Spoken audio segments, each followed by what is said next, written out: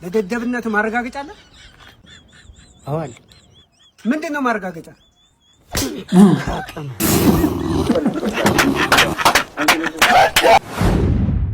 ያድሮ ዘዬ እኮ የገባሁት። ለምን ባጥር ትገባለህ? አትደውልልኝም? ስልኬ ዘግቶ ነው አባዬ። እሺ አሁን ናግባ። ምኑን ገባሁት? በሩን ክፈትልኝ እንጂ። ለካ በሩ ቁልፍ ነው። በልሽ እዛው ጠብቅ። በእናትህ ቶሎ ክፈትልኝ። አሁን በር ላይ ተቆም። አቤት አቤት አቤት አቤት አቤት።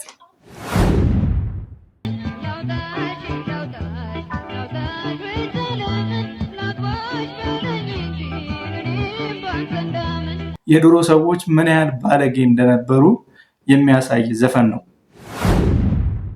እሺ ቆይ እሱ ግን ያገኘው ይመስለኝ። ምን ሲኪንግ ምንድን ነው?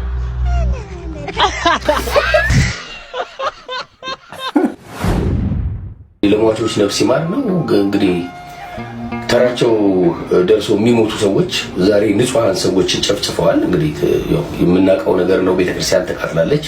እንግዲህ ሰሞኑን ደግሞ በጣም መጥፎ ዜና እየሰማን ነው በምስራቅ አርሲ ዞን። ሰላም ሰላም፣ ክቡራትና ክቡራን የዜብራቱ ተመልካቾች እንደምን አላችሁ? እንግዲህ ዛሬም ለእናንተ ምርጡን ይዤላችሁ መጥቻለሁ። ቪዲዮውን እንደምትወዱት ተስፋ አደርጋለሁ። ታዲያ ቪዲዮውን ላይክ፣ ሼር እያደረጋችሁ እስከ ቪዲዮ ፍጻሜ ድረስ አብራችሁን ቆዩ። ይህ ዜብራ ቲዩብ ነው።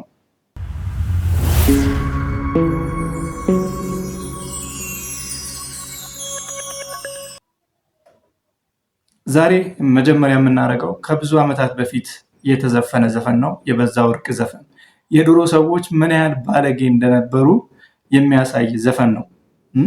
ስሙት እስቲ።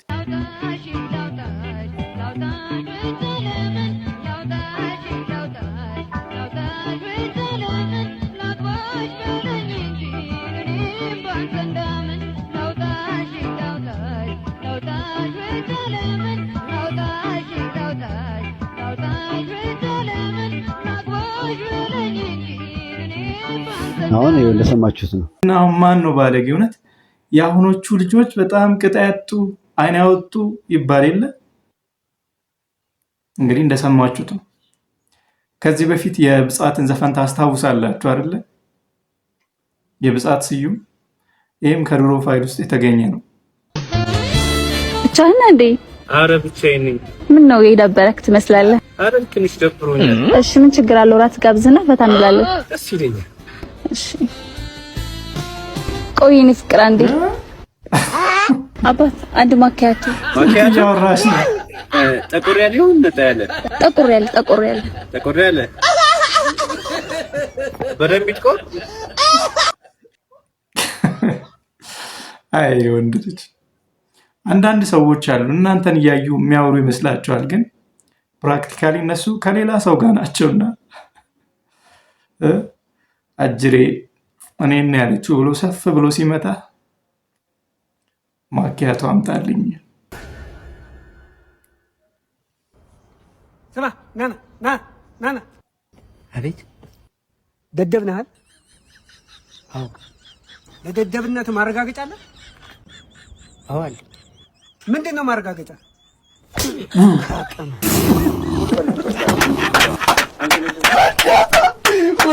አንበሳ ከዚህ በላይ የደደብ ማረጋገጫ ምንድን ነው?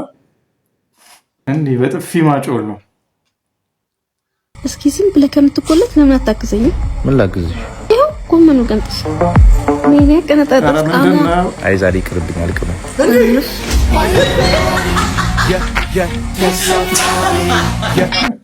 ተበላሽ አባት። አይ አመል ይላል፣ አመል አይለቅም። ጎመን ቀንጥስልኝ ይባላል እንደ ጫት። ሰውና አመሉ አንድ ላይ ሲኖሩ የሚል ግጥም አስታውሳለሁ ድሮ። እንዴ አባዬ ሀጅሬው ዛሬ ማመሻ ባንኳኳ በሩን አልሰማልከኝ እኮ እንዴ። እና በምን ገባ? እንዴ አድሮ ዘዬ እኮ የገባሁት። ለምን ባጥር ትገባለህ? አትደውልልኝም? ስልኬ ዘግቶ ነው አባዬ። እሺ አሁን ናግባ። ምኑን ገባሁት? በሩን ክፈትልኝ እንጂ።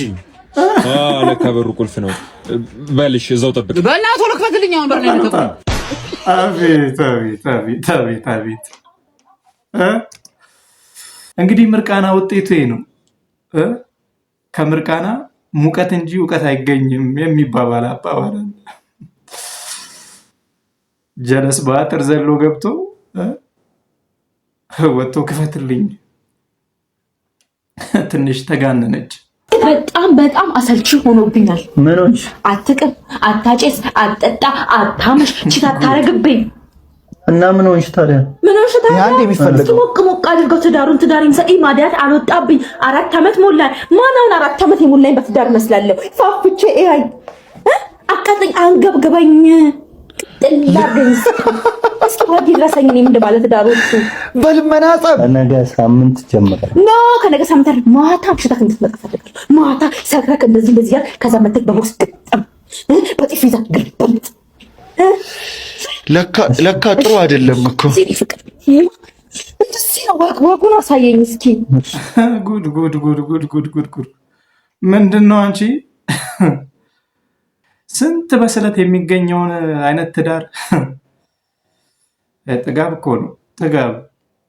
አንዷ ምን ትላለች? ዛሬ ስንት ዓመት ነው ሬዲዮ ላይ ነው የሰማሁትና ባሌ ካልመታኝ በጥፊ ካልመታኝ ካልደበደበኝ የሚወደኝ አይመስለኝም ማለች።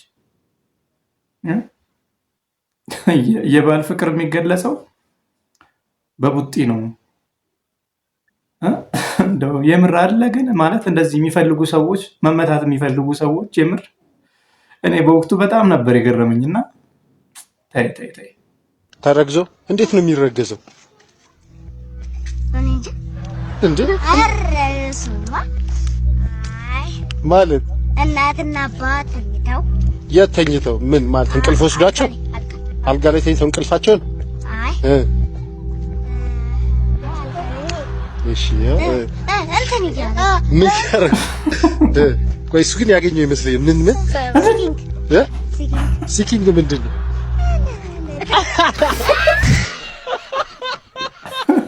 ሲኪንግ ኪሲንግ ነው። ኧረ ዘንድሮ ልጅ ግን ቡዳ ናቸው እውነት። ለዚህ እኮ ነው ልጆችን ካጠገባችሁ አርቁ የሚባለው። እውነት በሆነ መንገድ በቃ ልጅ እንደሚረገስ ገብቶታል። ኖሃው አለው፣ የሆነች እውቀት ነገር አለችው። እና ልጆች ምንም አያውቁም ብላችሁ አብራችሁ የምትተኙ ሰዎች ይሄ ትምህርት ነው ለእናንተ። አባ ና እኔ ነው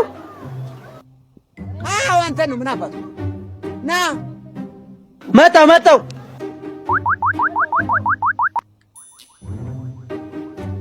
አቤት ወንድሜ መጣ። አዎ መጣው ወንድሜ ቸገረኝ፣ ራበኝ ወንድሜ። 5 ማስረብ ሰዓት እንዴ በላዶ ማርያ ለዛ ነው እንዴ ለድረስ ያዞርልኝ እርግጠኛ ነህ? ናሽ ልርዳ ችግር አለ በእውነት? እሺ ኧረ ጉደኛ ነው። አይዞህ ስተኛሽ ወንድሜ። እግዚአብሔር ይስጥህ። ትዳጣለህ እንዴ? ይቀጥል።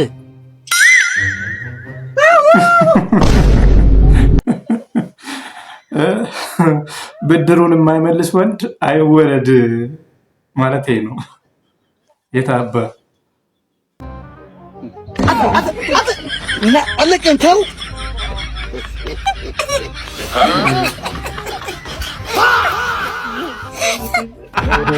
ተኝቶ ነው በእንቅልፍ ልቡ። እቺን እንግዲህ በልጅነት ኤክስፒሪየንስ ያደረጋችሁ ሰዎች ትኖራላችሁ መቼም። ሽንት ቤት በር ላይ ቆማችሁ እየሸናችሁ እየመሰላችሁ አንሶላችሁን ፍራሻችሁን ያበሰበሳችሁ ሰዎች የላችሁም? ቢሆነስት ካላችሁ ኮመንት ላይ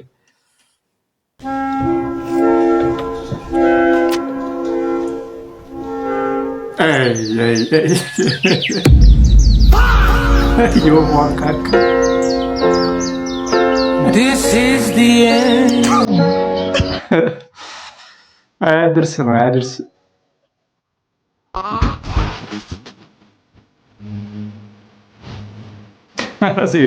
ሴቱን ተው በሉት፣ ሰውዬ ተው በሉት። አላካሄዱ አላማረኝ ሰውዬ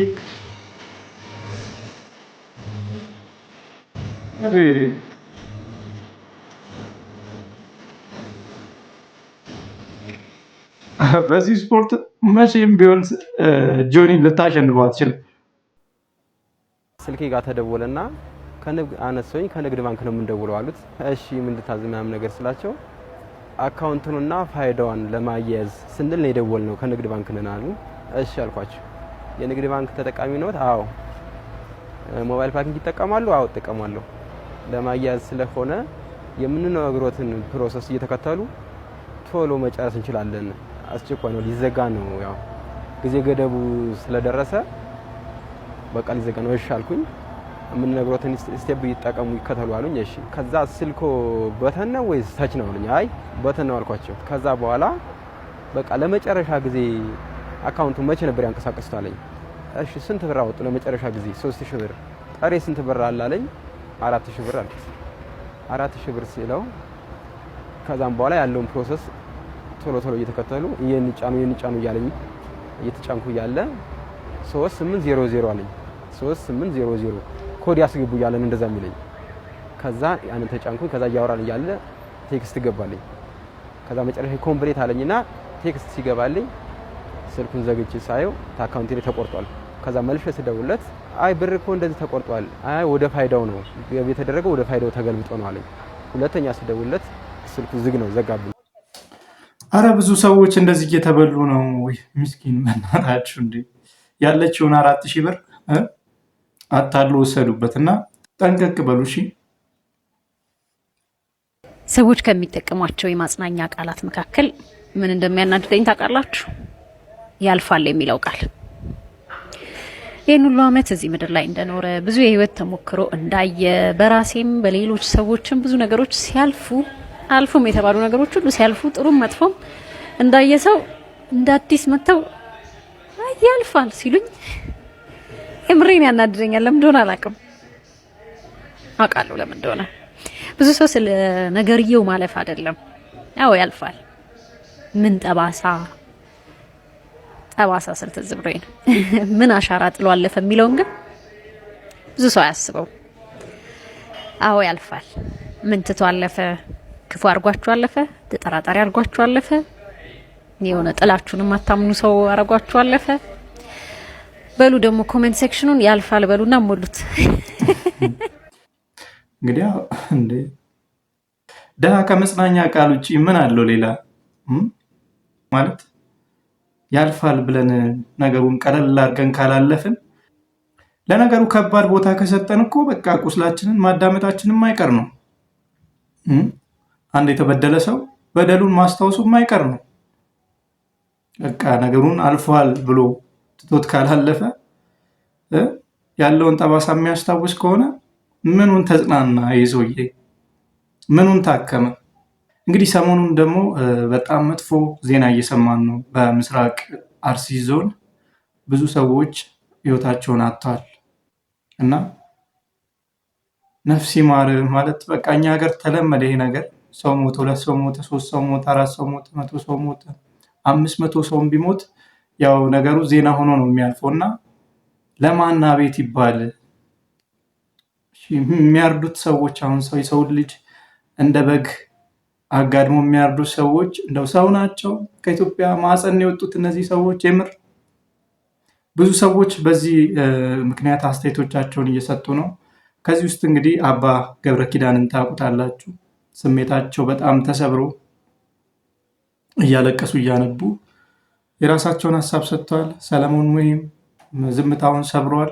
እንግዲህ ይህን ነገር ሁሉም ሰው ተባብሮ ማስቆም ካልቻለ የሚቆም አይነት አይደለም። እየተለመደ የመጣ በጣም አስቀያሚ ድርጊት ነው። በእኔ በኩል ነገሩ ሊወገዝ ይገባል ባይ ነኝ።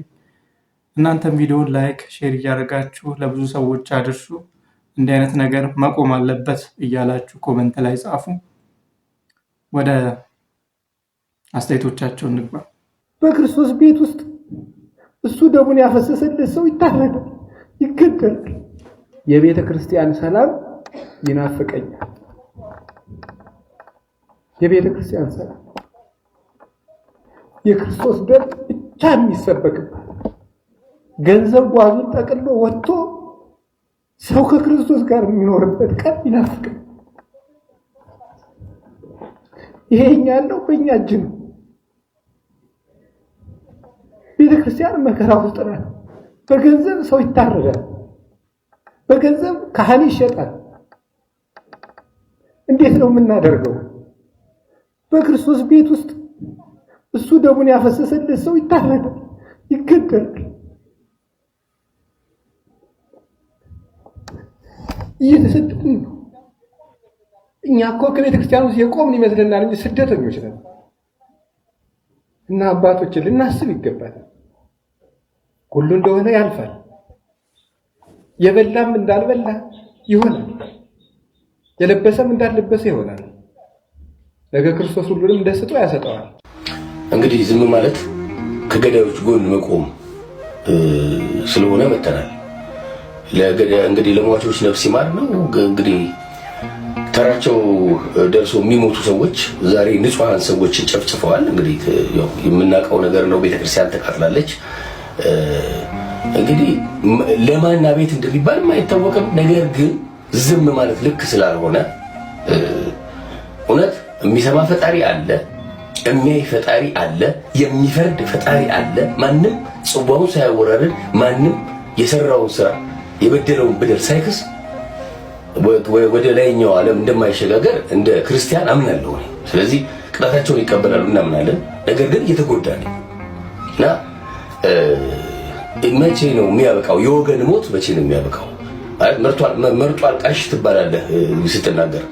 አትግደሉን ነው ሌላ አይደለም። እንደ አትግደሉንም አትበል የሚባልበት ሀገር ላይ ነው ያለው። ልክ አይደለም ይሄ። አሁንም እንላለን አትግደሉን፣ አሁንም እንላለን ወገኖቻችን አታጥቁብን። ለዛው ንጹህ አርፈው የተቀመጡ ወገኖች ምንም የማያውቁ ፈጣሪያቸውን የሚያመልኩበት ቤተክርስቲያን ተቃጥሏል። እዚህ አሁንም ኢትዮጵያን ወገኖቻችንን አትንኩብን፣ አትግደሉብን እባካችሁ ገዳዮች፣ ተራችሁ ደርሶ ትሞታላችሁ። ይሄ ሀቅ ነው። እዚህ አንዲት ሀገር አለችን፣ ተስማምተን እንኑር። የሚሻለን እሱ ነው። እስከ መቼ ድረስ እሪ እያለን፣ እስከ መቼ ድረስ እያለቀስን፣ እስከ መቼ ድረስ ነፍስ ይማር እያለን እንኑር? አሳዛኝ ነው በእውነት።